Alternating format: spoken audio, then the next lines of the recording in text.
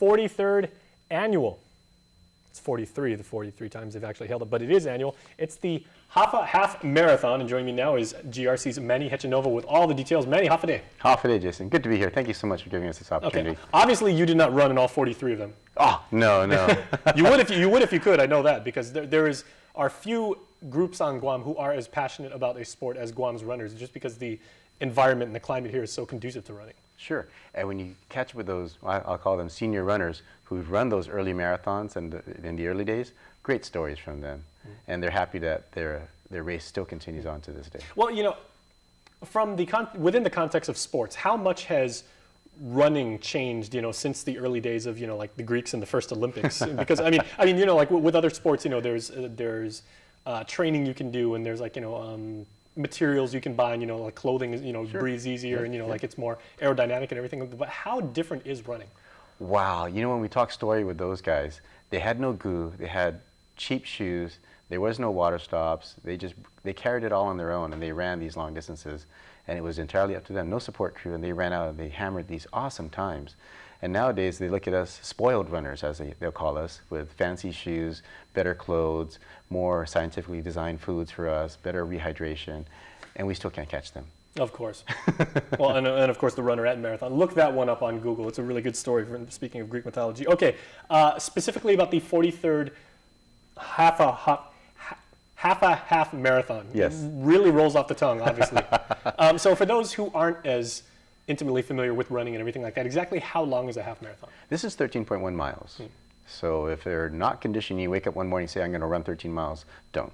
This is something that most of the runners have trained for purposely and have run long miles, logged in long miles throughout the weeks and trained up for this, and all leading up to a full marathon.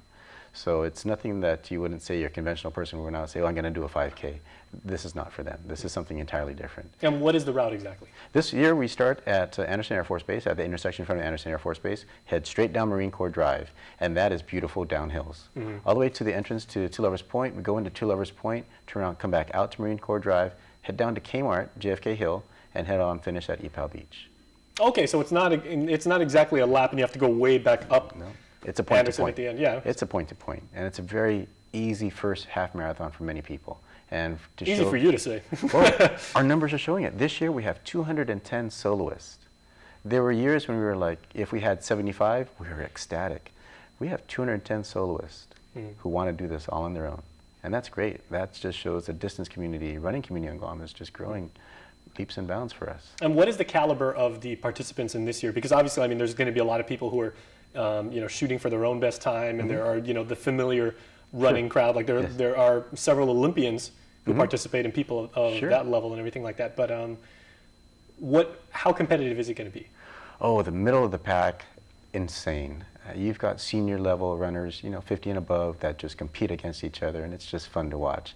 But it's that core group, that critical pack that just keeps the running community going. And they're not going to be Olympic standard times, but they're personal bests, and that's what this marathon's for. A lot of personal bests for a lot of these first-time, second-time runners, repeat runners. And I like to call them just repeat runners who know the course and know where they can strategize and say, this is where I messed up last year, I can do it better this year. So typically on the bell curve, since you mentioned the middle of the pack and everything, what is an average time for someone trying to tackle 13.1 miles?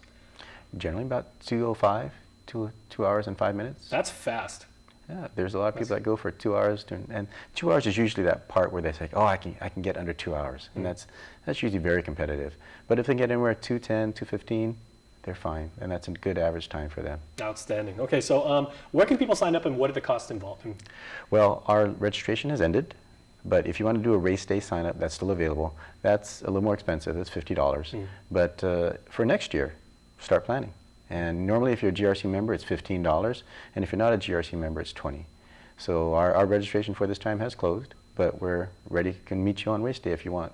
Okay, well, how about on race day if there are maybe church groups or student groups that are looking to give back to the community? Are you in need of any volunteers? Oh, we can always use volunteers. Pass out water, orange slices? Sure.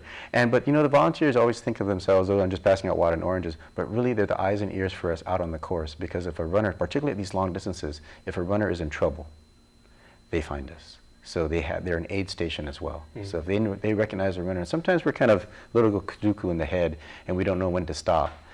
And we use those water station people to tell us, did you see anybody who might need help? And they'll say yes, and they'll tell us who needs help.